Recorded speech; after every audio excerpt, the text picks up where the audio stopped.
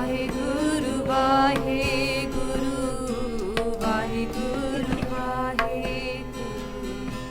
Vaheguru. Welcome to the phone-in show on the BBC Asian Network. Today we have a very special show dedicated to marking 30 years since Operation Blue Star, when the Golden Temple in Amritsar was stormed by the Indian Army in order to end a siege by what the state regarded to be Sikh militants holed up inside. It's an issue which provokes, as you can imagine, a lot of emotion. But I want to know from you, how can the community move on? Is a UN inquiry the answer? What does the Indian government have to answer for 30 years on? And was the attack on Amritsar justified if those inside posed a threat to India's internal sovereignty? 81869 is the text number. Get in contact with us. All of that happening after the news with Priyanka Deladia. BBC Asian Network News. The most senior Sikh in Britain, Lord Indarjit Singh, is calling for the government to back an international inquiry into the operation in 1984.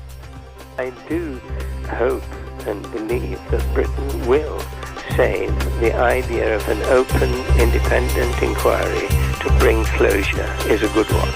And Nihal is hosting a special show marking the anniversary straight after this bulletin. Thank you, Priyanka. Good morning. It's 4 minutes past 10. Welcome to the phone-in show. A very special phone-in show today. Because on this day 30 years ago, one of the holiest places known to Sikhs, in fact, the holiest place to Sikhs, the Golden Temple in Amritsar, was stormed in an attack known as Operation Blue Star. The Indian Army, led by General Kuldeep Rao, was sent in after orders were given by Indira Gandhi to capture the controversial leader Jarnail Singh Bhindranwala, who was regarded by the Indian state as a militant. Today we've dedicated the programme to opening up the issue once again, to let you at home have your say about how it's impacted your life. 30 years on, that hurt lingers among many Sikhs. It provokes deep emotions. It divides people. We've spoken about the history before, and today we want to look at the present and into the future and ask, 30 years on, what do Sikhs want to be done? We've only got 3 hours, so it's impossible to talk about everything involved and everyone involved, but we want to try and get to the heart of it as quickly as we can. How can the Sikh community move on? What needs to be done? Should Sikhs be concentrating more on what's going on in Punjab now, rather than what happened 30 years ago? After all, there is a drug and alcohol epidemic going on, and a whole generation of young Sikhs in the Punjab are being lost to it. But are the two things linked? We want you to get involved. Maybe you were in India at the time. Maybe your family were affected by the turn of events. How will the Sikh community find solace for what happened 30 years ago? And what about Britain's role? Is there anyone out there who thinks Indira Gandhi was justified in ordering the attack? And what are your views on what happened in the run-up to the storming of the Golden Temple 30 years ago by the Indian Army? This is the only show that is dedicating 3 hours to talking about this across the BBC, because we feel, as you do, it is very, very important. That is why I have some very, very good guests indeed. Sir Mark Tully, the legendary BBC correspondent who was there in India, met Jarnail Singh Bhindranwala. Lord Indarjit Singh, the only Sardarji in the House of Lords. The MP, Paul Uppal, the only Sikh, and of course member of the Conservative Party. And also Harjinder Singh, author of the book Reflections of 1984. We have a great cast of people who are very knowledgeable about this, but that is not to presume that you yourself do not have knowledge, do not have facts at your disposal, do not have opinions and passions that you want to share. So please share them with us. I'm joined by Sir Mark Tully, the legendary BBC India correspondent, who from 1964 to 1994 covered all of the biggest biggest stories that came out of India. I'm also joined by Lord Indarjit Singh, who's director of the network of Sikhs and, of course, the only Sardarji in the House of Lords. And shortly I'll be speaking to Paul Uppal, who is, of course, the MP, Conservative MP and only Sikh in the House of Commons, and also Harjinder Singh, author of Reflections of 1984. Lord Singh, if I could start with you.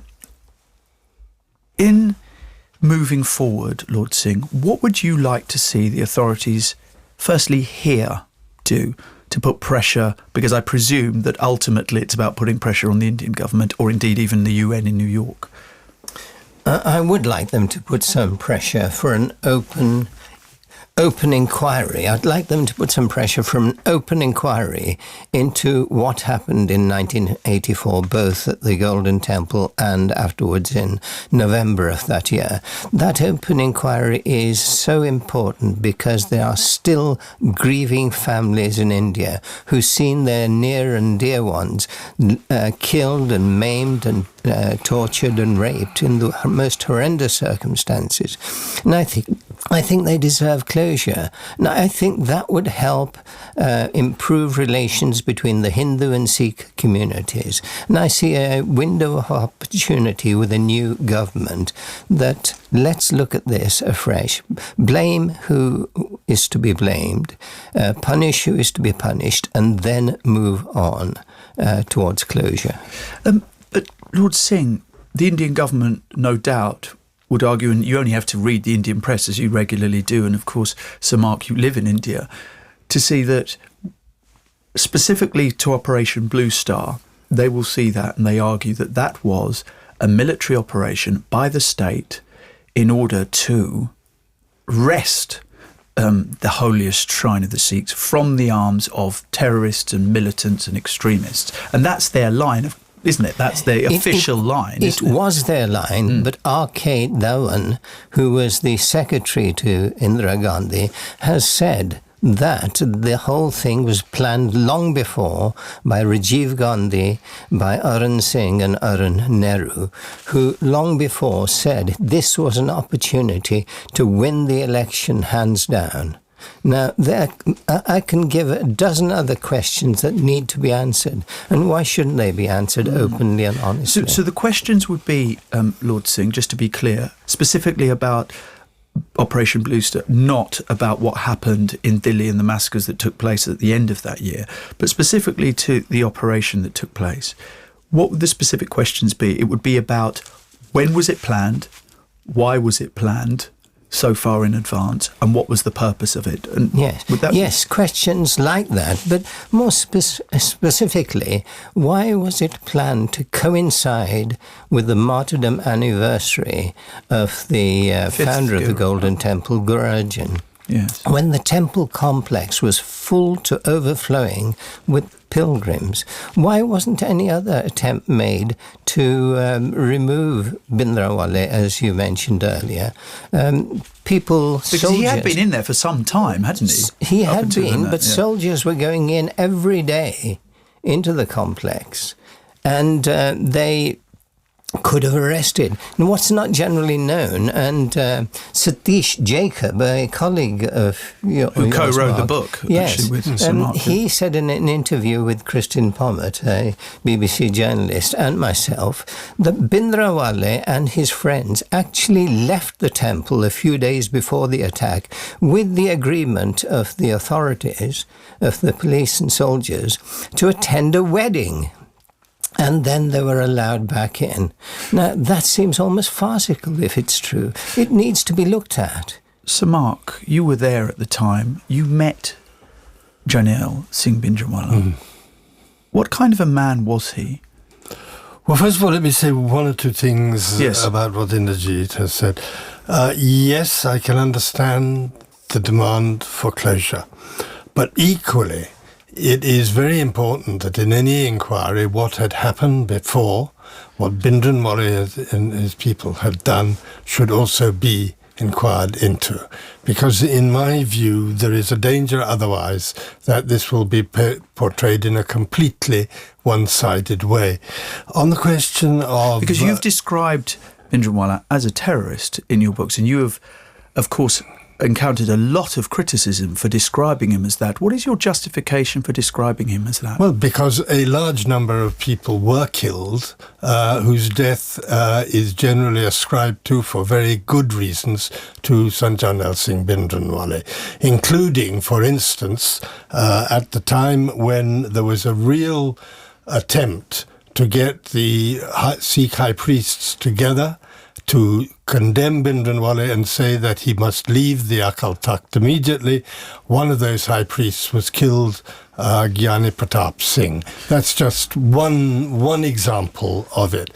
So I am in favour of an inquiry, just as anyone would like to see more light spread on this incident and what bitterness has been left behind it being resolved by this. But I would strongly oppose any inquiry which did not at the same time look into the full circumstances and realising that it is not as black and white as some people pretend.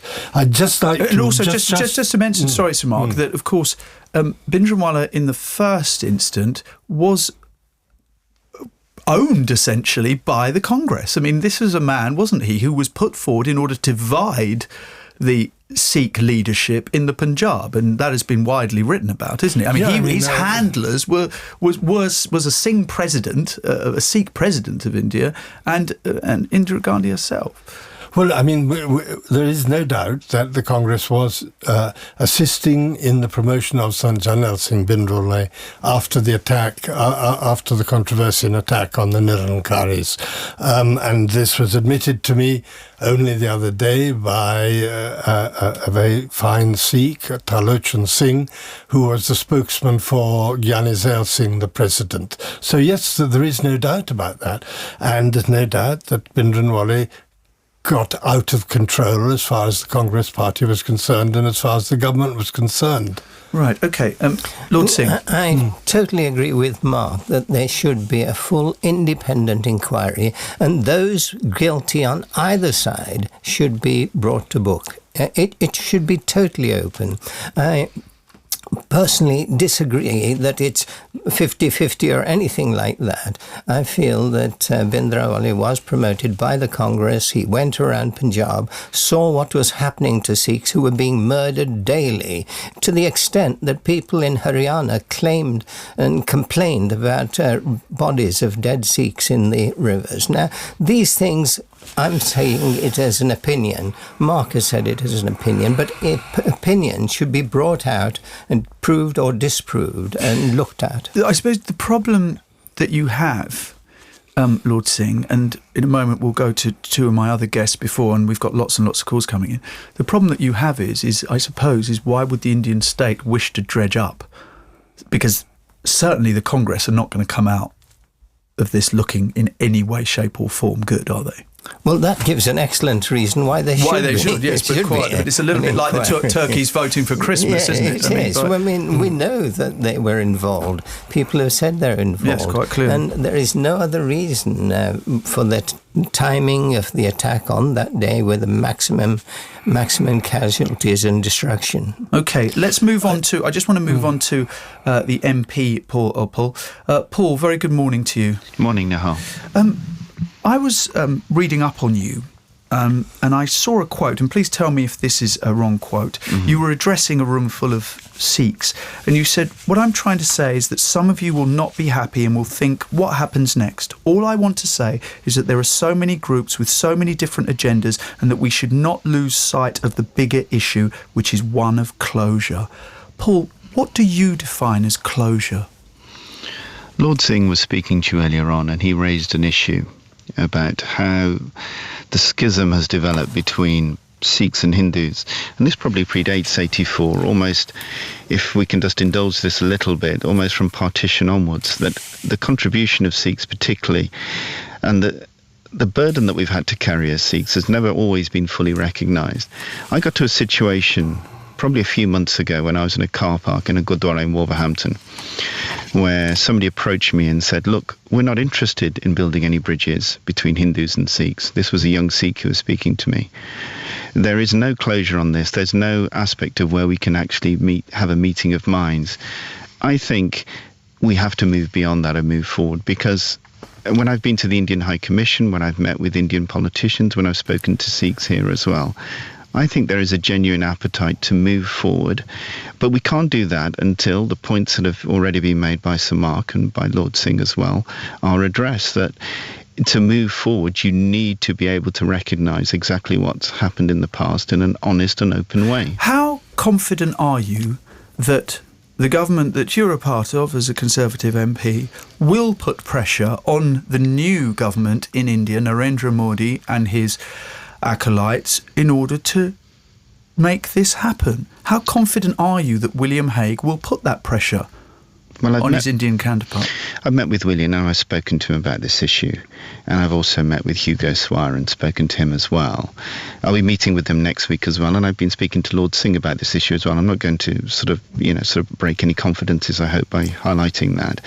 I think the important issue is to address to India here that the whole world is looking at India now, especially post these elections, and this is a unique opportunity, and maybe a once-in-a-generational opportunity. But Paul, how confident are you? This is the point, because you're there, you've got the ear of the Prime Minister, the Foreign Secretary, you are the sole Sikh representative in the Conservative Party, and some, of course, have criticised you for perhaps not doing enough early on for this. How confident are you? Well, the confidence I have is this, and that is you have to be candid and win the argument. That's the way you progress things in politics. And if India wants to be looked at in the 21st century, as I think it wants to be viewed as a modern country which is looking outwards, it has to address the history and the path that it's come down. If it wants to sort of go forward and hold its head up high, and I've spoken to Indian politicians about this, how does India want to be viewed over the next sort of 20, 30 years? A big part of that is going to be how it recognises what's happened in the past, and that's the measure of how we're going to look at India for the future and how it's actually going to progress. The important thing for me as a politician is to be part of that process and make sure that is being put in front of the Indians in the most robust way, but also in a way that actually does highlight an element of closure on this, so we can actually try in some way and move forward. When you looked at South Africa, when Nelson Mandela was freed, and if you'd spoken to people, and especially with the Afrikaans and the way they were speaking in that time, would you have seen a bloodless transition? Most people probably couldn't see that. It is possible.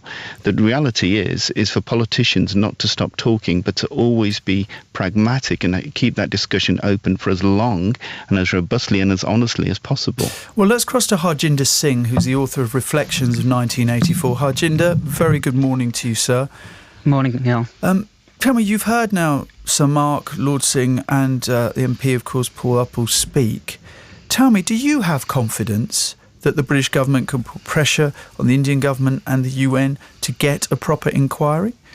Personally, no. I don't think that's a realistic aim. So where do you go then? As a Sikh who feels the pain of what happened, where do you go then if you're not confident that there's going to be an inquiry? My question back to Paul Uppal and Lord Singh, respectively, is what's the timescales that you're working to? And what's the time plan that you expect to implement something? I'm not a politician, I'm a normal Sikh.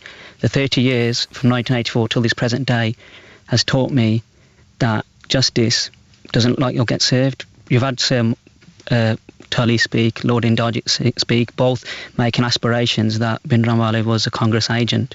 But that's an opinion. Now, the book that I wrote, Reflections on 1984, that is tried to make an attempt based on facts.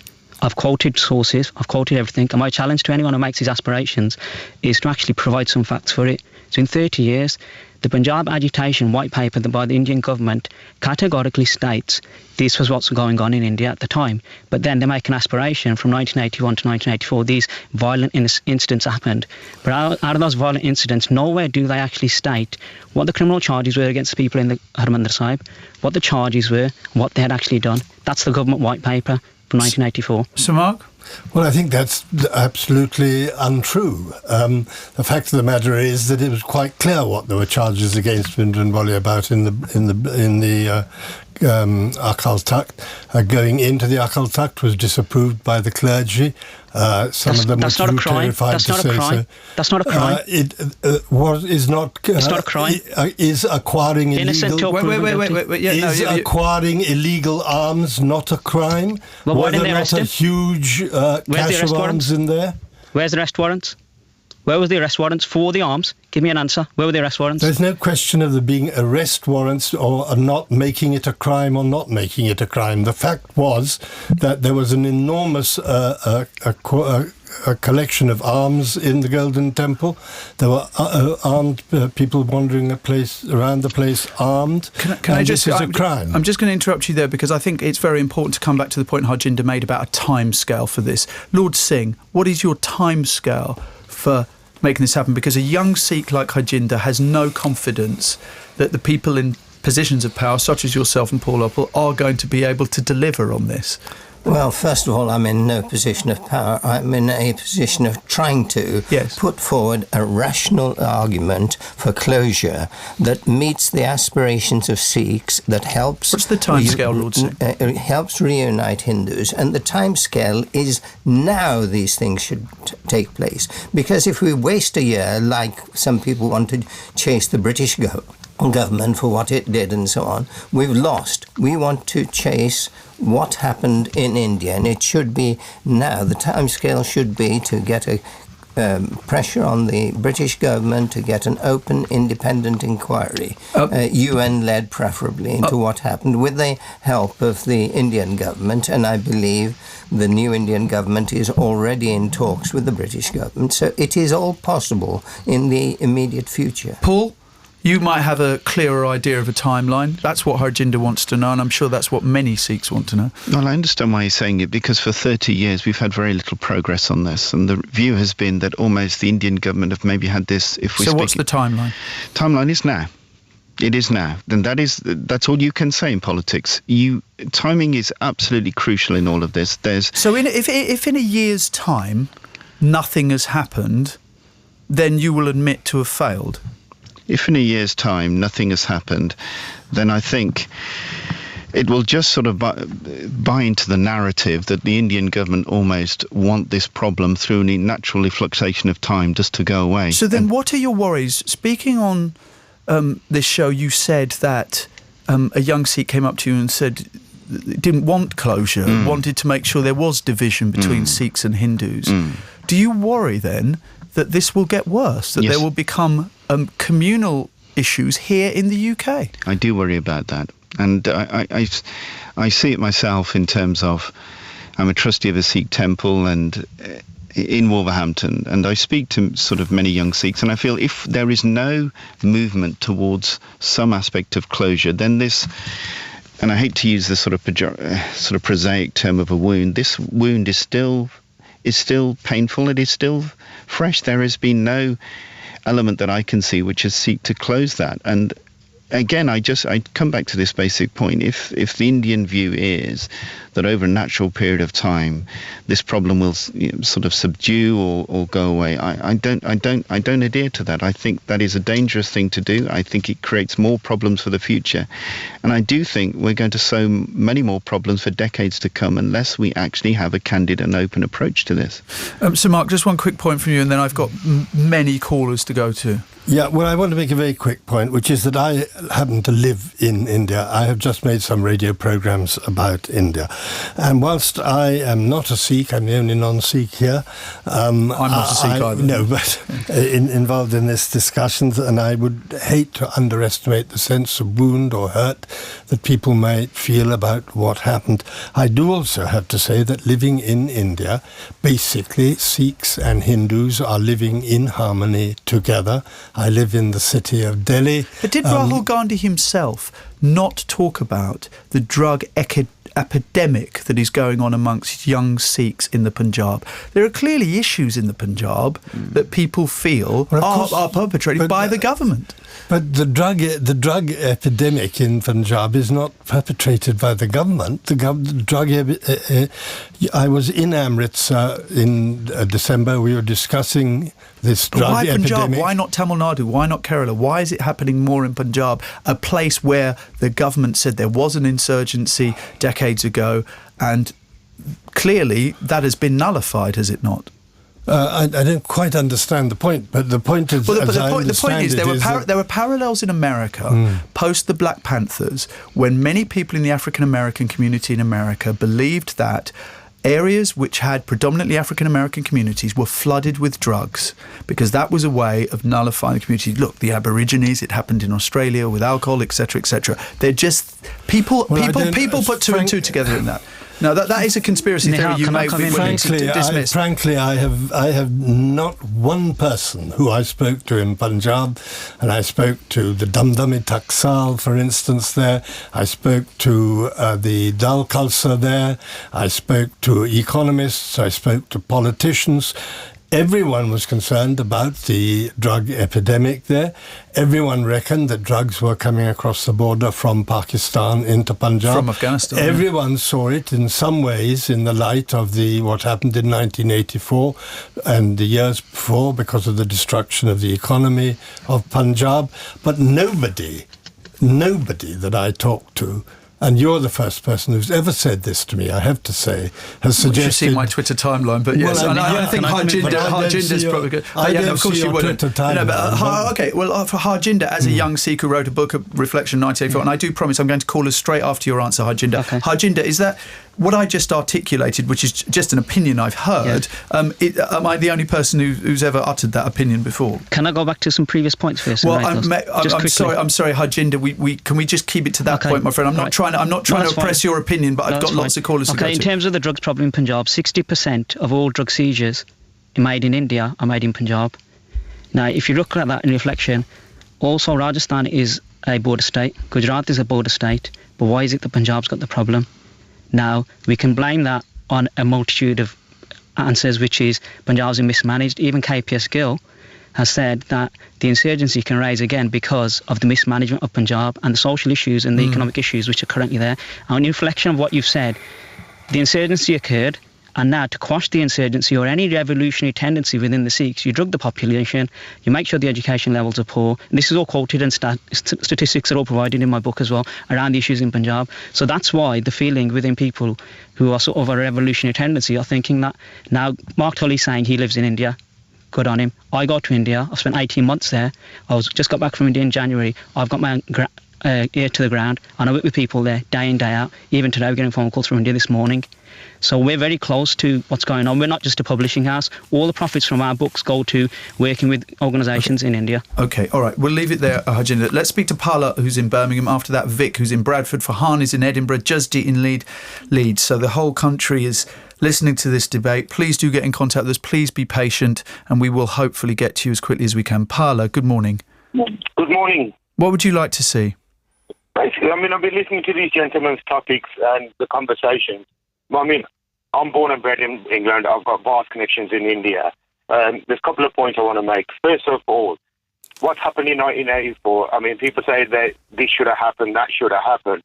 Everybody very well knows the structure in India, even today as we speak, isn't fully 100%. And you can imagine what it was like in 84.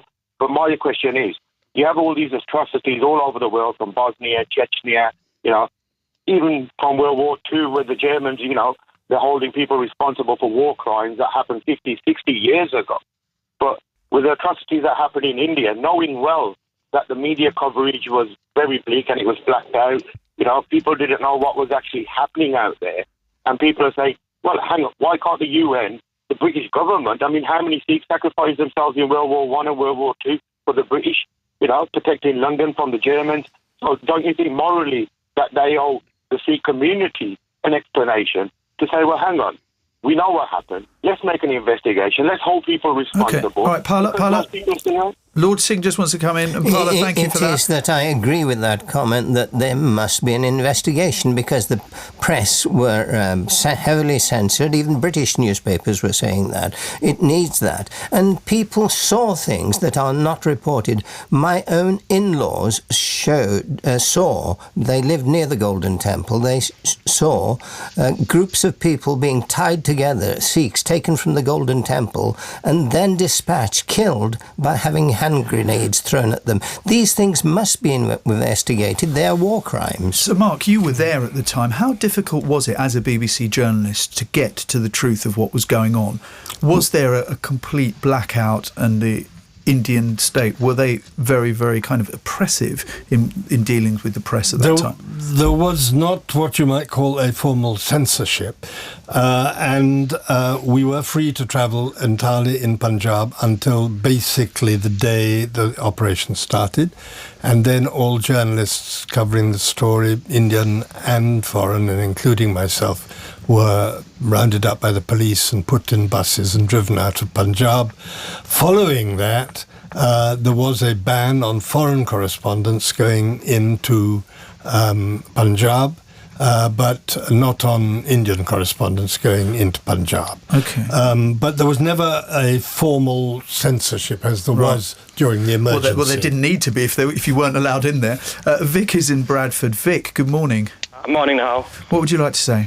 I'd just like to say I agree with everything Mark has said so far. I think there should be another investigation, but it should look at both sides, the crimes that the Indian government committed and that the Sikhs did at the time. I also agree that I'm from India, I'm from Punjab as well, and I'm Hindu, and we've never had any problems with Sikhs. Hindus and Sikhs in Punjab live fine together. Like, if you look at local government in Punjab, most of the top jobs in the police and army, they're all Sikhs. And the third point is just that the most extreme Sikhs I've ever met, the ones who don't want to reconciliate with anyone or don't want to know anything, they're not from India and they're not from Punjab. They're either based in England or they're based in Canada. And I think that if the support from these groups was cut for the more extreme elements, then I think that it would die down and there'd be more talk of reconciliation instead of people wanting to go at each other. OK, Vic, thank you for that. Let's speak to Jasjeet, who's in Leeds. Jasjeet, good morning. Good morning, Nihal. So far, so good, mate. Thank you. What would you like to say, my friend? I'm glad you're keeping score. What would you like to say? Well, I mean, everyone's supporting an inquiry, aren't they? Which is really good. I think. There is varying forms of confidence as to whether an inquiry will actually happen or not in our lifetime. Well, this is the point. I mean, everyone's supporting it, but what are the steps that are necessary then to actually make it happen? I found an article last night about the Sri Lankan inquiry, which I think the UN are doing an inquiry into the Sri Lankan war, and that was raised by the US and the UK at the UN Security Council. So you've got three experts there. You've got Mark Tully, who's lived in in India for so many years and knows about Indian politics. You've got Lord Singh, who's the key figure in the British Sikh community and who's dealt with the UK government over 40 years, and you've got Paul Uppal, who's in the current government. So if today we can get out of these guys, what are the next steps to get this inquiry actually done? Who needs to talk to the UN, who's going to raise it, and what can Sikhs on the street do? Right, well, just wait there for a second, because I know Lord Singh wanted to bring in the parallels between Sri Lanka and what happened, of course, in the Punjab. It is an important parallel, which I've raised in the House of Lords 3 times, once on the floor, and 4 times, and 3 times in writing. I've had a non-answer from the Minister that the question was, when we welcome the inquiry into human rights abuses of Tamils in Sri Lanka, why not a similar inquiry? Why doesn't the British government back a similar inquiry into the abuses of human rights of Sikhs in India, which the Prime Minister, David Cameron, has said was a stain on the history of post-independent India? Well, let's ask Paul Uppal about that. Paul? Well, I think the point that was made there, the Prime Minister sort of very much led the way in terms of the Sri Lankan sort of UN sort of movement, the resolution that's come forward on that. The analogy here, particularly what we're looking at, is how broad-based we're going to make this as well. Obviously, post-84 as well, we have issues on Sikh violence, vendettas and all this sort of thing, without going into the wherewithal of all the background about it. Whereas there was a specific civil war situation we had in Sri Lanka. The question... So wait a minute. Are you saying then that the Prime Minister cannot make the same assurances in terms of the demands he's made of the UN regarding Sri Lanka. He cannot make those same assurances in parallel with the same kind of inquiry about what happened in the Punjab. What I'd say in relation to this, Nihal, the reality is that to answer the sort of question that we were specifically asked, any investigation that's going to be worth anything is going to need the involvement and the cooperation of the Indians. That's a reality. The roots of this lie in India, the solutions for this lie in India. That's a reality of it. We're talking about events 3 decades ago. And the truth is we need the Indians to cooperate with this. Anything that's going to have... Well, you spoke to the Indian High Commissioner a number of times, haven't you? You've had one-on-one meetings with him. What was his response when you said, we want an inquiry, a UN-led inquiry into what has happened in Punjab and what has happened to this day? What was his response? I hope you can understand. I can't go verbatim. But we need... Okay. I'm sure you can't remember. There's other issues, sensitivities around this. But we need transparency, Paul, and you as a representative of a large Sikh community in Wolverhampton, they want to know. Can I answer it this way, Nihal? The conversation, when it started very early on, was initiated by me. But what I would say is the response has always been one that has been progressive and one to look forward in. Did you ask for a UN inquiry? Did you ask the Indian High Commissioner for the Indian government to partake in a UN inquiry into what happened in 1984? I've asked the Indian High Commissioner on how we can work together, respectively, in both our governments. So no, you haven't directly asked about a UN inquiry. I can't actually, without going into the specific verbatim. But that's a very simple question that I'm sure our listeners of a Sikh background, and you being the Sikh in the Conservative Party, you being the Sikh who has the ears of the... You haven't asked him, have you? Well, what I've asked is how we can actually move forward on this to get to the facts, to the answer. So Mark's dying to come in here. So Mark, I understand your dilemma, because the fact of the matter is we're sitting here in London and we're talking as though sitting here in London, Sikhs in London can dictate to the government of India what exactly the government of India... No, wait, just let me finish, all right?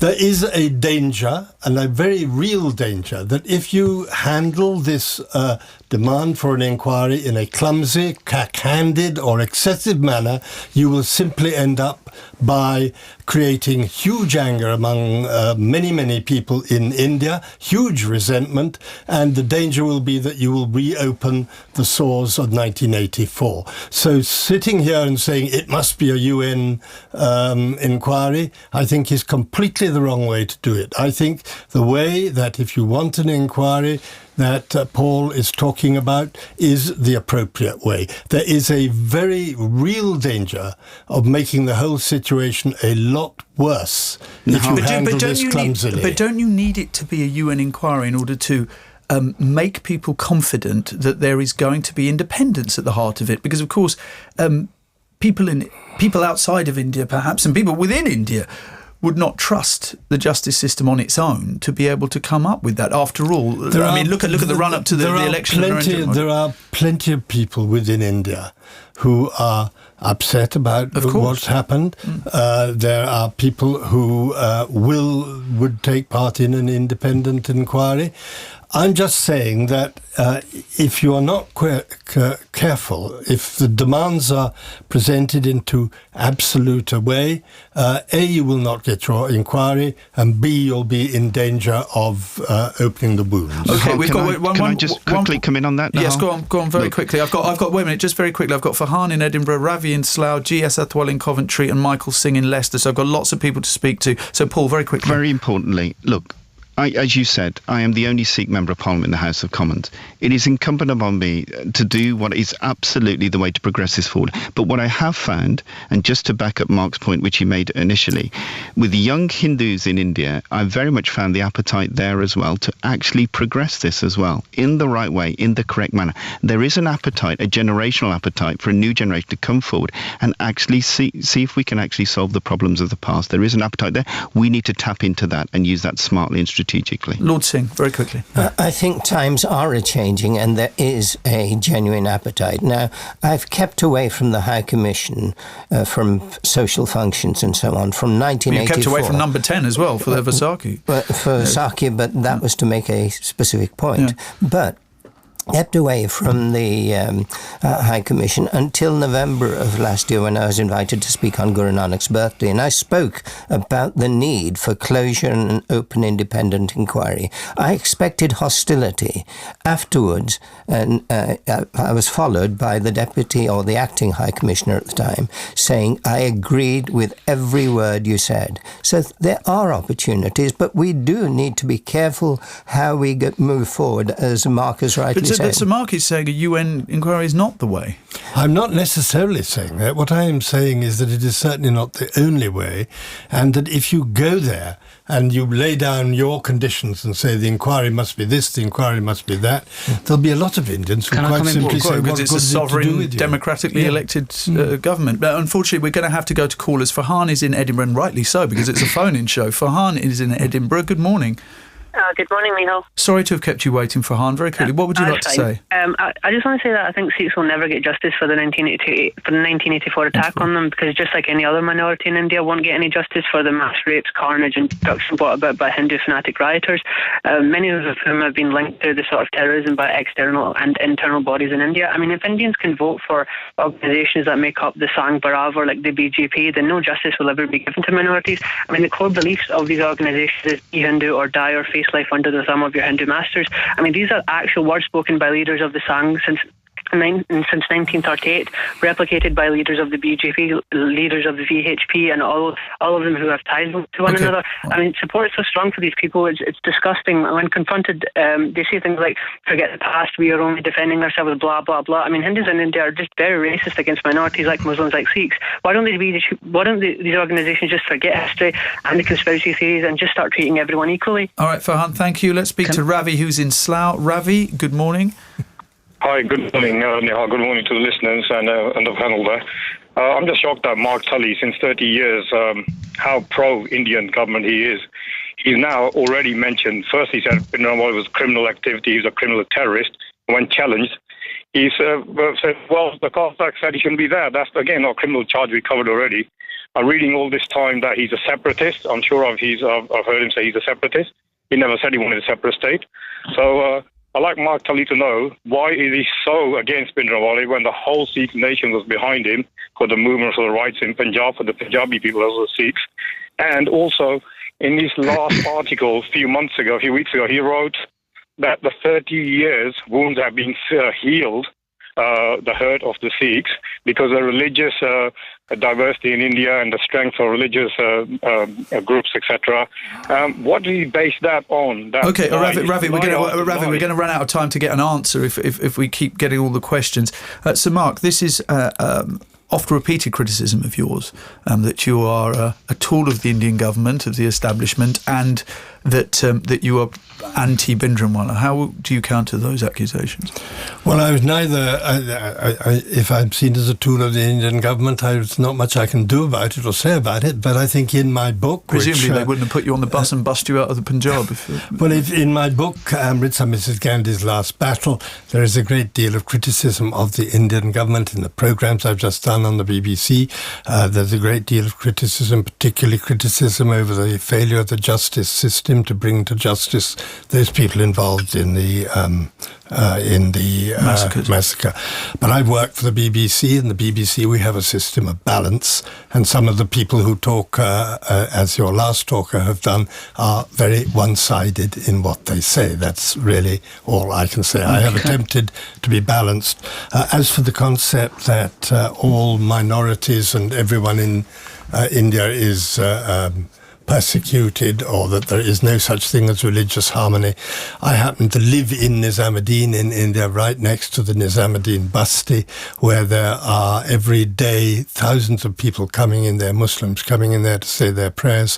If you go into the Nizamuddin Basti, into the tomb of Hazrat Nizamuddin, you will find Christians, Sikhs and Muslims going there to pray. Okay. So that's just one small example. I just wanted to bring Harjinder in because we haven't spoke to Harjinder that much. Harjinder. Yeah, just in reflection to the accusation that the Akaal Takht or the Shromani Committee who control the Goddaras were actually against Bhindranwale. On the 2nd of June 1984, the head priest of the Akaal Takht, Gyani Kirpal Singh, I've got it appended in my book, he passes an edict to say, bring arms and defend the Harjinder Sahib. It is your duty as Sikhs to defend. That edict was passed on June the 2nd, 1984. It didn't get to the Sikh masses because of the press censorship. So on June the 2nd, Sant Bhindranwale was actually given a sort of edict, a mandate from the highest Sikh priest to actually fight back. So that's the mandate he was given by the high Sikh priest. Harjinder, thank you. Very quick point. I suppose there was no question of him being under pressure or anything That's your like that. That's your aspersion. That's your aspersion. In Gyani Kirpal Singh's book, in his own book. I don't want us to get bogged down into an argument about Bhindranwale necessarily, Janelle Singh Bhindranwale. Let's get to some more callers. GS Atwell is in Coventry. GS Atwell, welcome to the show. Thank you, Nihal.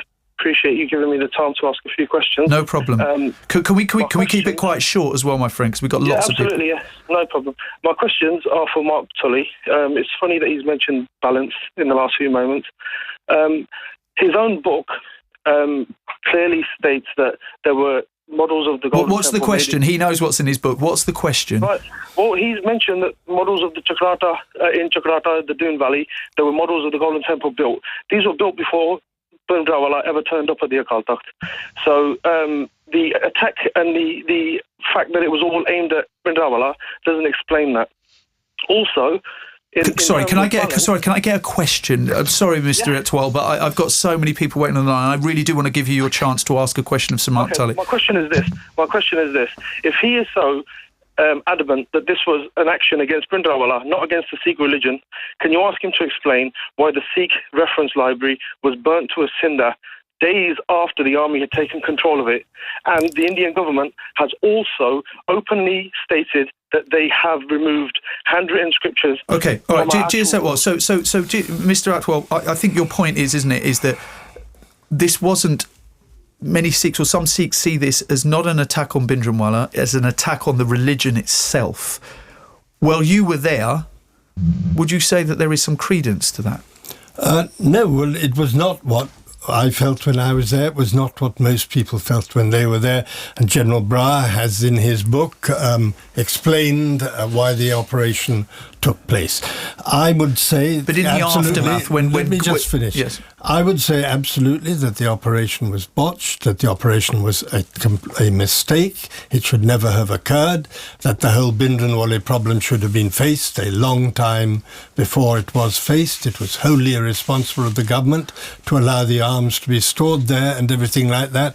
But I would not say that this was a deliberate attack on the Sikh. On the faith. Lord Singh. Just come in there, that if it was an attack on Bhindranwale, why did the Indian Army newspaper Bharat number 153, the official newspaper, actually say that any knowledge of Amritaris, that's practicing Sikhs, should be given to the police because they are all dangerous people and pledged to commit murders, arson and acts of terrorism. Okay. Now, that is an attack on all Sikhs. Right, okay. Let's speak to Michael Singh, who's in... Sorry, Mark, I've got to go to callers. There's a very important point here. This, I absolutely agree that this was a shameful thing in the Army magazine, but it was in the Army magazine after Blue Star during an operation called Woodrose, I think it was called, when they were trying to eliminate the Bhindranwale movement. And there were atrocities committed there, and I have recorded one of them in a recent programme I've done. Okay, but it was after it was against all Sikhs, and so it didn't change from Bhindranwale to Sikhs afterwards. It was against Sikhs right through. Michael Singh is in Leicester, Bal is in Derby, AJ is in Wolverhampton. Michael first. Good morning, Michael. Good morning. First of all, I'd like to say I've got mad love and respect for Lord Indarjit Singh, Paul Uppal and Harjinder Singh. I give them a nice Akaal there. Akaal. Let's go. All right. Basically, the whole attack shouldn't have happened. I don't see any political solution for this. Obviously, they should try. Lord Indarjit Singh should try. Paul Uppal should try, but I don't think it's going to get anywhere. So what is the solution in your mind, Michael? Well, the solution is Khalistan, isn't it? That's the obvious answer. So a separate state for Sikhs. Yes. They've had 30 years to fix this. They could have played this, smart. They could have easily sniped Bhindranwale. They could have arrested him any time. The facts are out there. All you have to do is do the research. Okay, all right. Michael, I just want to put that Khalistan point to Paul Uppal. Paul Uppal, as an MP, what do you think of the Khalistani movement? Well, the issue we really have here, in a few months' time in this country, we're voting on Scottish independence, right? We're having that debate in this country. There is no debate in India at the moment. The issues we are facing in Punjab at the moment is, will Punjabi be spoken in a few decades in Punjab? Will Sikhs be a minority in Punjab by the end of this decade? What are your opinions on those people who want Khalistan, who want to be a separate state? Well, you have to speak to the people in India, in Punjab, about this. Well, I'm asking you. You're a Sikh. You're a member of the Conservative Party. Yeah, but I am one Sikh. Yes, but with an opinion, I presume. With an opinion on this, but you have to be. Look, politics is always about the real world and the reality of life, Nihal. Yes. That's what we're talking about. Where is the great groundswell of opinion that's coming up in Punjab about being a separate state? The immediate issues do you think then that's more of a diaspora claim than it is something that exists realistically in India? That's what's said to me by people in Punjab. Okay, all right. Well, let's speak to Bal in Derby. Sorry, no. I just have to go to callers. Bal is in Derby. Bal, good morning. Good morning, Nihal. What would you like to say? First, straight away. Right, take Sikhs out of the equation straight away. It's going to be difficult in this discussion, to be fair. No, not in this discussion. In the whole sideways issue of BBC Asian Network, take the Sikhs out of Second World War, First World War. Prior to that, British colonial India, we were vanguard of British India as stormtrooping troops.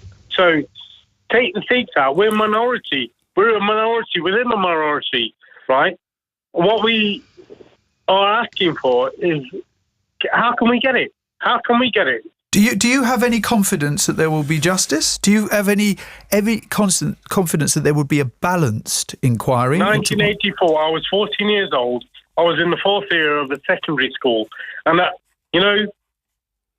the storming of the Indians, it had a deep impact on me, right?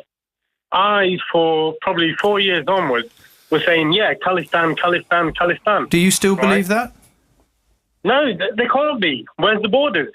Okay, Bal, we're going to leave it there. Thank you, my friend. AJ's in Wolverhampton. AJ. Good morning, AJ. What would you like to say? Just like to say, obviously the question is, would Sikhs and Hindus ever get on?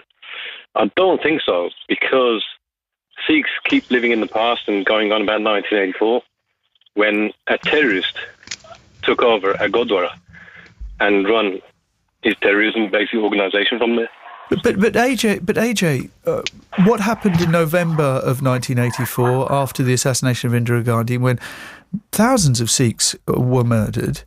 Surely there has to be some justice for that, isn't it, AJ? I mean, if that was someone in your family, you would presumably want there to be justice for what happened, wouldn't you? I mean, there were crimes committed, were there not? When you say Sikhs, now, it's all the minorities, all the Punjabis that you class as Sikhs. Well, no, I'm well aware that there are Hindu Punjabis. Yeah. The Hindu Punjabis, the lower castes, should I say, were murdered by the Sikhs. Children, boys, were killed by the Sikhs because they didn't have long hair. They didn't have guttis. If they didn't have that, they were killed by the Sikhs. So we've run out of time here, but very quickly, Lord Singh wants to come in. AJ, we've just run out of time. There are some completely unfounded allegations there against Sikhs, and that is wrong. And your point, Nihal, about investigation to the events of November are valid, because even Rahul Gandhi himself said that some Congress people were involved in orchestrating the killings. Now, that is a huge point to be borne in mind. And we've talked very quickly about General Brar and his book. But can we keep you here for? We just got to go to news, and Lord Singh, I will come. I promise you. You will stay with us. Now, Samart, can you stay with us just for a few minutes more? Is that okay? Thank you very much. We have had lots of texts and emails on what we're talking about this morning, which is, of course, the 30th anniversary of Operation Blue Star, the attack on the Golden Temple by the Indian Army. Nihal, my name's Neil and I'm listening from Canada at the moment. I was wondering if you could also discuss the thousands of innocent Hindus in the Punjab who were killed preceding and after Operation Blue Star. D has said Operation Blue Star was an operation led by the government to flush out a terrorist. Those terrorists thought little or nothing of the fact that they had committed crimes and were hiding in a holy place. Guru Nanak Ji, the founder of the Sikhs, taught Sikhs peace and tolerance. What choice did the government have, therefore, then, to go to the Golden Temple to flush him out? Crime prevention is the cornerstone of any society. If the terrorists had any respect for the Golden Temple, they would have gone somewhere else rather than put it at risk, and equally rather than putting all those Sikhs at risk. I'm a Sikh and I went to the Golden Temple in 1986, and the signs of the shooting and the story of what happened was all over the place. However, no one held those terrorists to account. If they had not been at the Golden Temple, Operation Blue Star would not have occurred in Amritsar. Also, why did those that ran the Golden Temple hide him there? How dare they? This is not a political safe house. It's a religious place for me and all those other Seekers. No one has asked those running the place what they thought they were doing. Why not? I think the topic about Operation Blue Star is such a wrong topic to start with in this country. You are only encouraging the Sikhs within the UK to create a battle against the Indian government to get answers for 1984. Sorry, we didn't create that. People need to move on. There is already a group of Sikh extremists who are plotting against the UK and Indian government to get them back for that incident. This is completely outrageous to start such a controversy on live radio. I have family in the government and I'm aware that Sikhs are already in battle with this, and this show of Nihal's is only going to create more trouble. Not a good idea. I'm a Sikh as well and believe everyone just needs to leave these things behind. And on top of you asking the Sikh community about their views, obviously people won't respond in a calm manner. Disappointed at the BBC Asian Network. Apparently you're supposed to move on and let it go. Exactly. We want to move on, looking at who was guilty. It was like flushing out. They're all terrorists. They're all emotive words. We want to know who was the real terrorists, who were the real terrorists. Let's have it out in the open. Whoever's to blame them, and then move on, not just cover it all up. Hi Nihal says on the text, sorry, sorry, I'll come back to you, Mark. My comment on today's discussion is that we haven't forgotten 84 and never will, and will never, and we will seek justice until we get it from a Sikh who feels the pain of 84, the government officials who played a part walking free, and that's not justice served. What proof is there that the Sikhs within the complex were a threat to justify such a brutal attack? Mark. Well, the obvious answer to that last one is that there were huge arms there. Otherwise, there wouldn't have been the Battle of the Golden Temple at all. It would have been a simple thing of going in there and arresting Bindranwale. But basically, on the basic thrust of those things, I do think that there is a lot to be said for accepting and indeed rejoicing in the fact that despite all the bitterness, all that happened on both sides, all that was done wrong on both sides, that when you go to India, you find that Sikhs and Hindus are living in harmony with each other, and that when I was in Punjab, the overall feeling actually was wanting to put this event behind them and go forward. So, yes, I can understand why people want an inquiry, but as I've said all along, the inquiry must be, if you're going to have an inquiry, it must be into the wrongs done on both sides, the alleged it must wrongs. Not be, no, I don't think. I think that's Indarjit. I'm sorry, I cannot agree with that. The inquiry will show that. I cannot. Yeah, but the implication of that is that you say that all the wrongs are on the side of the government. Would you say alleged wrongs on the side of the government as well as on the others? Absolutely. Let's have it out in the open. When you're saying alleged, you are of course putting that to both sides. Alleged wrongs, right? Yes. Okay. Would that make you feel? Okay. Yes. Because I can understand where your assumption was going, and it was a wrong assumption to make. Yes, I accept it was a wrong assumption. I'm very glad to be able to accept it. Deepinder is in Derby. Deepinder, very good morning to you, sir. Deepinder? Can we please fade Deepinder up? Deepinder, Hello? good morning. Good morning. Thank you for joining us on the BBC Asian Network. What would you like to say? I'd like to say that we keep talking about big bad terrorists in Golden Temple, and we've been sold this pack of lies by the Indian propaganda machine. They spun a web. It's not about terrorism. It's not about any of that. It was about a non-both-side resolution. What we wanted was our rights. Now, to make a point, we said a big bad terrorist in the Golden Temple. Was he also in 38 other gods at the same time that was simultaneously attacked on the same day? Well, this has always been... Was he some sort of miracle man that was in 39 places at the same time? Deepinder, that's a very, very, very good point, isn't it? One second, Deepinder. I think that we need to put that to Mark Tully, don't we? Because that's, of course... something that's been constantly reported, isn't it? That there was a simultaneous attack on a number of gurdwaras in the Punjab post-Operation Blue Star. What was the explanation given at the time for that? Well, I don't know how many attacks there were post-Blue Star on gurdwaras. There was definitely, before Operation Blue Star, there was an attempt to lay siege to a gurdwara in Moga. And that attempt was called off, and some people believe that attempt was a rehearsal for the possibility of laying siege to the Golden Temple, and its failure was one reason why the Golden Temple... I want to bring Dipinder back in. Sorry, Dipinder, go on. No, it wasn't Moga before. It was 39 temples at the same time, and the Golden Temple was one of them. It was simultaneous attack. Dipinder, can I ask you, as a Sikh who clearly feels the frustration and anger that many Sikhs feel, can I ask you, what do you want, Dipinder? What do you want to see happen? What do you want to see that would bring you and your family some closure? Justice to the murderers. There's been 250,000 Sikhs picked up and systematically eradicated from Punjab, from the fields in Punjab. What's happened? Where's the killers? They've been promoted in government posts, roaming free.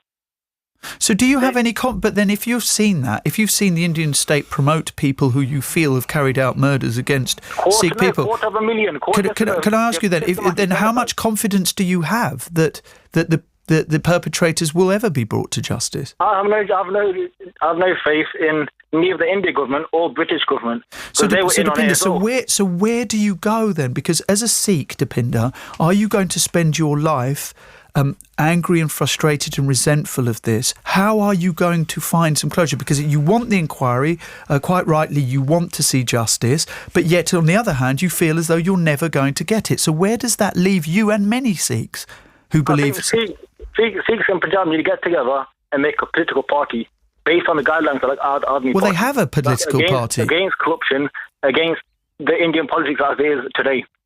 And then bring out... inquiries into this, independent inquiries. And you would like to see the Anandpur resolution?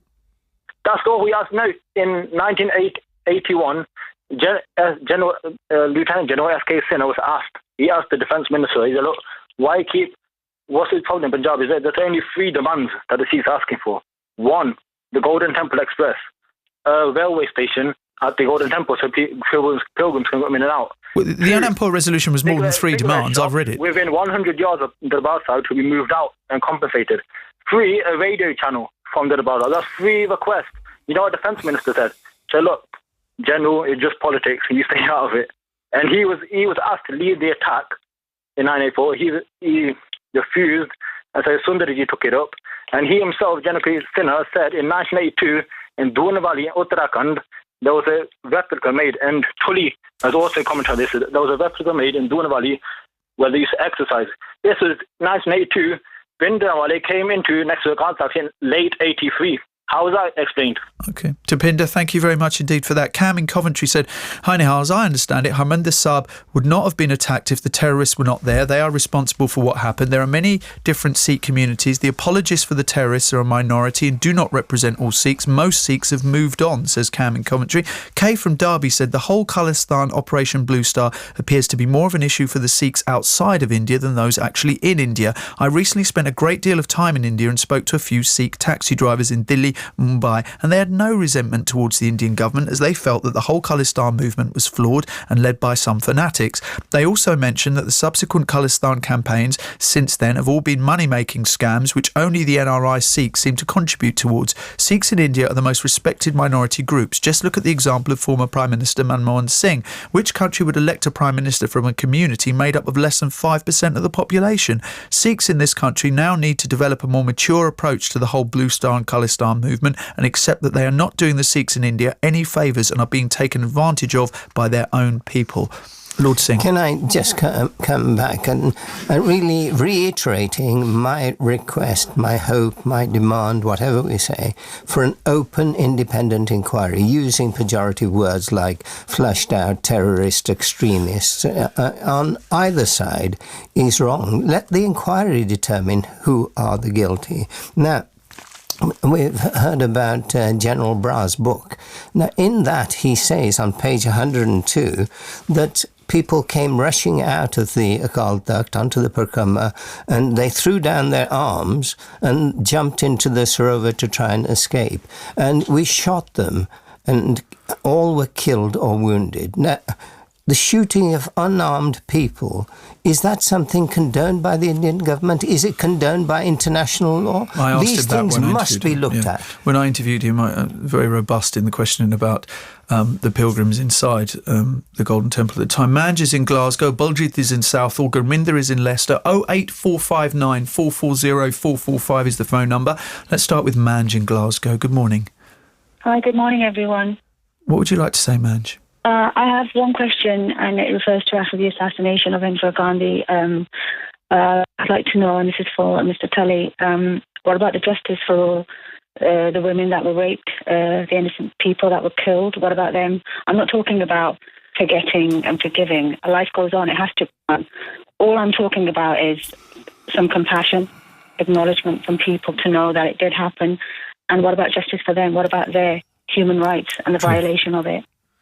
So, Mark.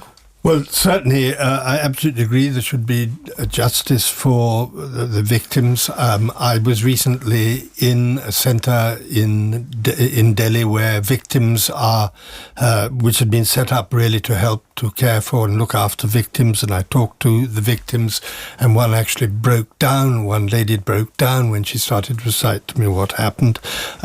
These people have suffered dreadfully, and certainly the whole story of the riots after 1984 is... Have their grievances been washed over and ignored? Because there, of course, recently on the BBC's news website, the story about the disappeared of the Punjab. Men who just never came back. People who turned up from the security forces in the middle of the night or at any time of the day and took away husbands and brothers and uncles, and they were never seen again. I mean, this was a report on the BBC news website. I haven't seen that report, but knowing the way that security forces in any country operate when they're given too much freedom, as indeed they certainly were after Blue Star, I can well imagine that such events did happen. But on going back to the question of whether the victims have been ignored, I wouldn't say that they have been ignored. Perhaps it'd be better to say they haven't been sufficiently remembered, definitely. But I would say that not only 1984 riots or program or call it what you like, was a real blot on the record of the Indian government. And I would also say that the failure to complete the justice system, which a senior member of the Congress party admitted to me was a failure, is a disgrace on the Indian justice system. But how much do you feel? I mean, you know people in the Congress party and in the BJP, I can imagine. Is there any appetite to find justice now, to go over what happened, look at the disappeared, look at the issues surrounding the people who were killed, and find the perpetrators of it? Do you find any appetite in the corridors of powers in Delhi to make this happen? I don't think that the way I would put it like this is I don't think that this is an issue in India at the moment. Perhaps it should be an issue, but I think we have to admit that we have to say, admit is a bit of a pejorative term, that this is not an issue in India, but the failure of the justice system is an issue, and so is the question of the riots. Lord Singh, can I ask you just a question before you make the point you wish to make?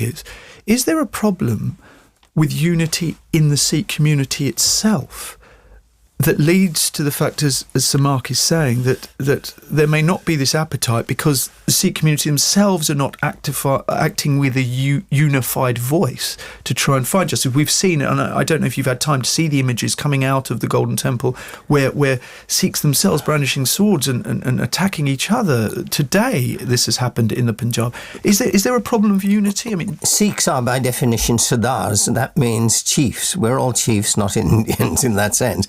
There's a divergence of opinion, and it's a pity, because if we focus on one thing at a time, we can get somewhere. And the imperative for today is this open international inquiry. Now, Going back to the point about the victims in Delhi and other places, there are people roaming the streets and in high office, actually promoted Congress leaders who were named in independent reports which were suppressed, like Who Are the Guilty and Citizens for Democracy, written by Hindus. Now, those people are roaming the streets and have profited by their killings. That is rubbing salt into the wounds of those poor, grieving families. These things must be addressed. Okay. They would be addressed in any other country. It is just India. Not necessarily. I think that's a bit unfair. I think the Tamil community would argue. I'd actually join with the Tamil community in that. Good show. I really don't understand why Lord Singh is hinting that it's a Hindu-Sikh matter. It's clearly a political Sikh-Indian government issue, and at best territorial, certainly, not a Hindu-Sikh issue. Yes, it is not a Hindu-Sikh. Does that worry you? I mean, we had Paul Uppal saying that he had a young Sikh came up to him saying we'll never be... It does worry because the Hindu community was manipulated. It was Indira Gandhi or the Rajiv Gandhi who let the genie of communalism out of the bottle to get majority support. The Congress were lagging at the start of the election in the opinion polls. At the end of the election, after getting majority opinion, bigoted opinion against Sikhs, they won by the biggest majority ever. It worked, even if she didn't live to see the day. But Indarjit, I think you're forgetting one crucial thing which happened in between, which was the assassination of Indira Gandhi. The 1984 victory of Rajiv Gandhi has been called the Shok Sabha, which means the mourning parliament. Mark, you are right. The Indira Gandhi was assassinated, but so was Mahatma Gandhi assassinated, and was one single person killed after his assassination by Hindu extremists. This was coordinated. There's every evidence. Identical steel rods, plentiful supplies of kerosene, Congress leaders urging people on, Delhi buses being commandeered, and the same pattern right across the country. Modi intimated this in the run-up to the election, did he not, that the Congress themselves, when the Congress were accusing him of what happened in Gujarat, he of course came back with what the Congress had done. He wasn't very subtle in saying, but then again, Narendra Modi, nothing he does is subtle. But he did of course say that the Congress themselves quite possibly had blood on their hands. Yeah, and I would like to make one point absolutely clear. I'm in no way defending what happened in the riots afterwards. I was simply pointing that if you look at the political there weren't riots, story, it was one-sided. Well, you could call it massacre, or call it what you like, but it was indefensible. I mean, there's no doubt about that. Texts and emails coming in. Harjinder Singh in Wolverhampton has said, what happened in 1984 was genocide, and it's a big injustice that it takes the world so long to recognise these facts. The way the politicians are using this for political leverage nationally in India and in global scale by the West. Rajiv has said, hi Nihal, 30th anniversary for Shia radical Sikh believers. The temple is a very holy place, but no respect at all. Daily Telegraph today shows Sikhs fighting between themselves at the Golden Temple. Is that sacred place of worship that Lord Singh says?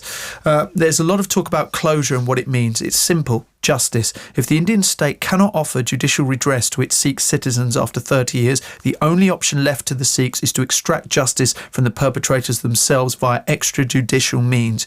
We should also remember that by no means in the Sikh nation a homogenous one, and there are a wide scope of views and opinions. Paul Uppal gives no clear answers. Hindus and Sikhs are living in harmony. You're over-exaggerating today's opinions. Paul has lost my vote. Hi Nihal, I would like to ask Mark Tully what he bases his claim that Sant Bhindranwala demanded Khalistan or an independent state for Sikhs, given that Bhindranwala never mentioned this demand. Well, he certainly did mention it because I asked him about it, and exactly what he said was, if I remember rightly, in fact I got it written down here, he said, I'm not for or against independence, but if it's offered, I would not refuse it. So that means it would be wrong to cast Bhindranwala as someone who felt that Khalistan was at the core of what he believed. Yeah, it was more opportunist in that respect. My main memory of Bhindranwala was that he felt Sikhs were oppressed in India, that Sikhs were not being given their demand, and he quite often used the phrase that Sikhs had become slaves of Hindus. This email is coming from Pritpal. After that, we've got Origin in London, Buljit in Southall and Gurminder in Leicester.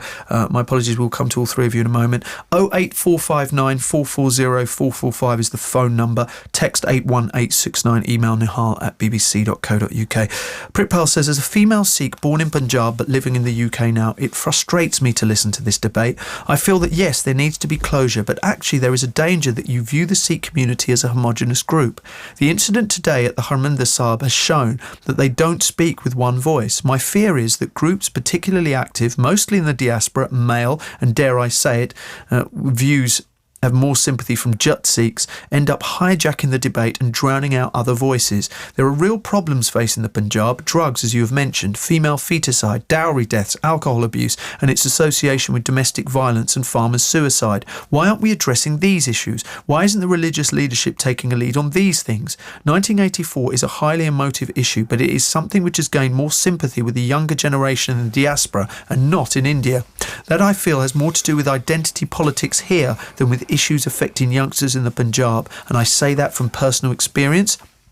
Can we define and highlight why Sant Janel Singh Ji is a terrorist? Many texts have been read out with this statement. Where is the evidence? Where is the evidence of them hiding? Where is the evidence that they caused this attack? Why were 44 other Gurdwara attacked at the same time as Harjinder Sahib? When were arms actually raised by those in the complex? Let's speak to Buljit, who's in Southall. Good morning, Buljit. Good morning, Nihal. What would you like to ask, sir? I had two quick questions for Mark and one for Paul. Paul, unfortunately, we've lost now, but Buljit, please, maybe you could ask Indarjit, Lord Singh, sorry, that question as well. But Buljit, please, carry on. Okay, the question to Mark was, I was going to ask about his basis of stating in his recent programme that Bindwari demanded Khalistan, but I've just heard him say now He's just clarified that, yeah. He just clarified that. So would it not be true then that for the last 25, 30 years that he's been saying that Bin Laden was a terrorist, a separatist, or demanded Khalistan wasn't true? And also, the second question was, does he believe that the demands of the Dharamvid Morcha, which were based on the Anandpur Sahib resolution, were extremist or separatist in nature? No, the Anandpur Sahib resolution itself was not extremist, was not separatist in nature. The demand of the Anandpur Sahib resolution, some of them particularly take, for example, the demand for water, did involve other states. The demand for Chandigarh obviously involved Haryana as well. And so they had to be negotiated in a country where you had two different states with two different views of something. But they were not, the Anandpur Sahib resolution itself was not a separatist document. Buljit? But do you admit then that these were the demands of the Dharamvid Morcha? No, they weren't just those. They were the demands of the original Morcha started by the Akali Dal. But then Bhindranwale went beyond that in some of the things which he said. Okay, can you list some of the demands which were separatist or extremist of the Dharamvid Morcha which he led? Well, the word Khalistan, as far as I remember, does not come into the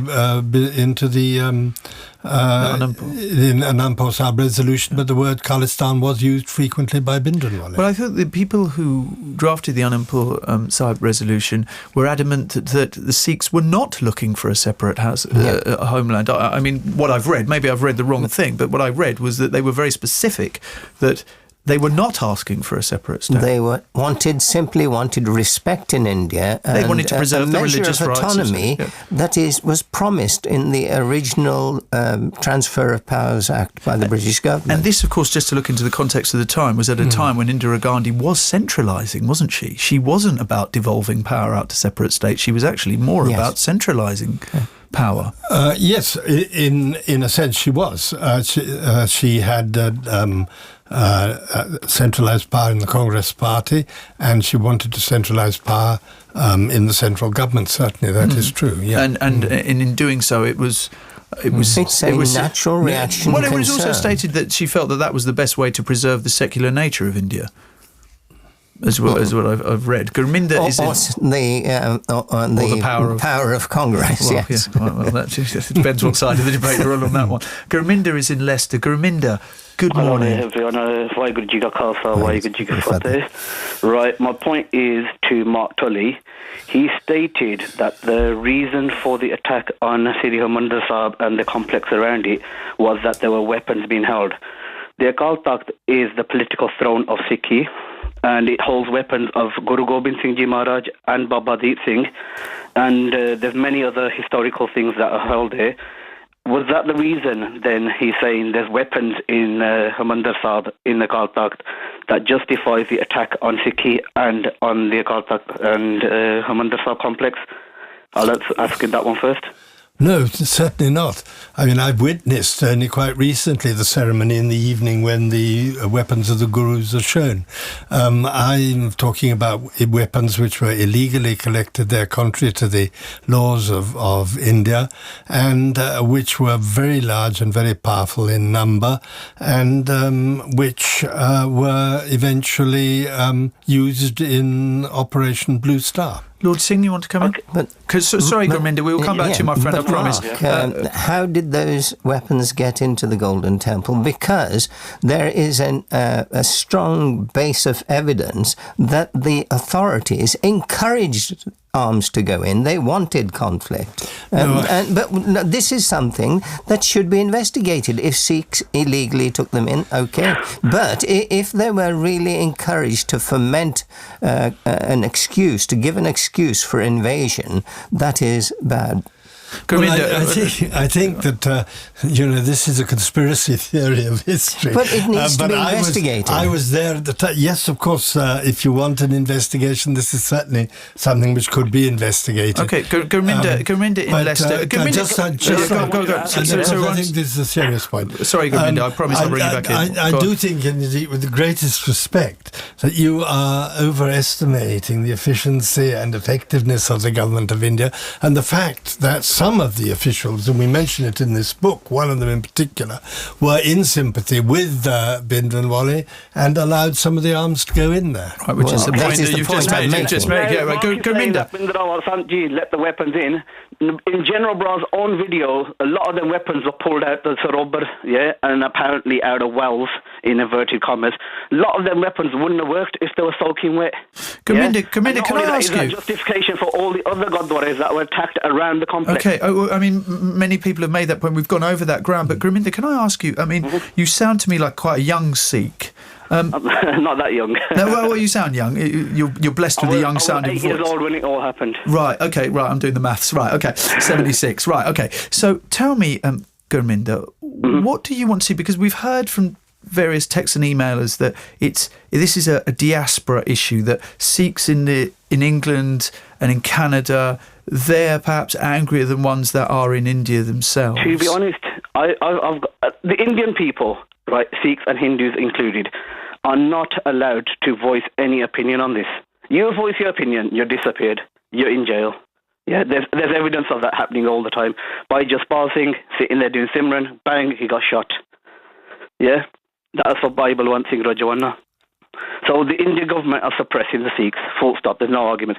All my Hindu friends know Well, there possibly are arguments against that. I mean, look, Gurminder, you made that statement. Let's see, Lord Indarjit Singh, do you believe that? Do you believe that Sikhs in India, the reason that they're not calling perhaps in the same way that the diaspora community are, is because they are oppressed? It is certainly true that Sikhs in the diaspora have a freer voice. Now, at a time in 1984 and for the 10 succeeding years, it was impossible for Sikhs to raise their voice.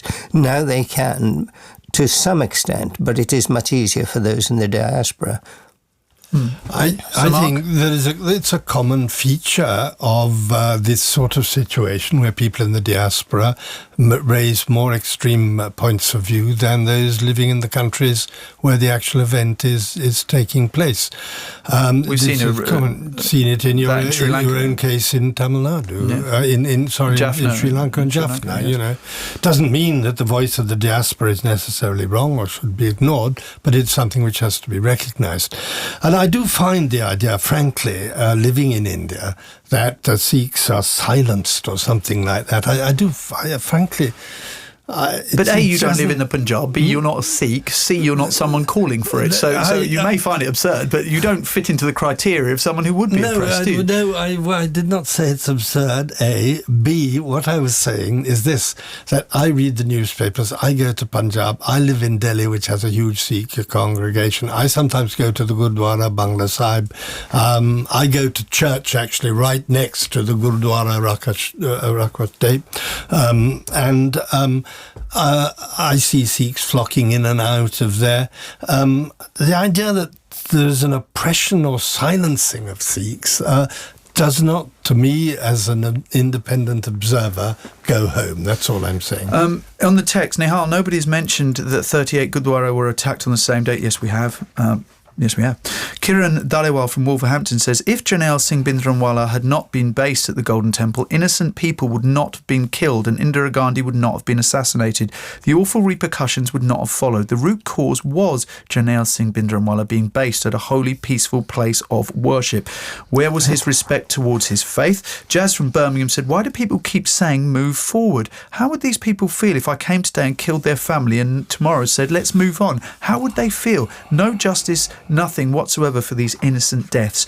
Mrs. Balvinder Sond, who's chair of the Sikh Women's Alliance, got in contact with us to say 1984 was a massive abuse of power by Indira Gandhi's government at that time. Wrong to send army and tanks into temple, i.e. sledgehammer to crack a nut. Sikhs' argument is with state oppression against baptised Sikhs and police brutality to keep the whole Sikh community in control. Why other Gurdwaras were also attacked? We need open inquiry to air 1984 to calm the fog of untruths. Harj in Windsor said, I completely agree with someone who just called into the programme. The attack on the temple was not anything to do with flushing out so-called terrorists. It was to stop the voice of those who supported the Anandpur Resolution of 1973, which was supported not only by Sikhs but also the majority of Hindus in the Punjab. The Anandpur Resolution was asking for those rights which are a common right of a resident of a secular and so-called democratic country. Many of its demands shouldn't have been necessary, as the Indian Constitution itself states that these are to be implicated. Clearly, they are not being done. I asked Mark Tully, if a member of your family was murdered, how can you ever expect someone to move on from that, especially if the murder is not brought to justice but instead promoted to high government posts? Firstly, Sir Mark has not asked people to move on. You have asked, as Indarjit Singh, Lord Indarjit Singh has asked for, is for inquiry. I have not suggested that people can simply move on. No, I think that is an incorrect suggestion of what I've said. Lord Singh, were you satisfied with the answers Paul Uppal gave me about what he asked the Indian High Commissioner? I think he is in a difficult position because I know that he is still trying with me to urge the British government to move towards some sort of pressure or discussions with the Indian government for an open inquiry. The pressure is there, and he's involved with it, and to some extent I am involved with it. So his position is difficult, and he was very guarded, perhaps more than I am, in what he said. Well, Lord Singh, Sir Mark, and also, of course, to Paul Uppal, the MP, and Harjinder Singh, who is a guest of ours. Thank you very, very much for joining us this morning to discuss this very, very important topic. And thank you for staying on a bit longer than you were booked to. Lucky we're not paying you by the hour, but thank you very much indeed. Thank you. 37 minutes past 11. You're listening to Nihal live on the BBC Asian Network. Discussing next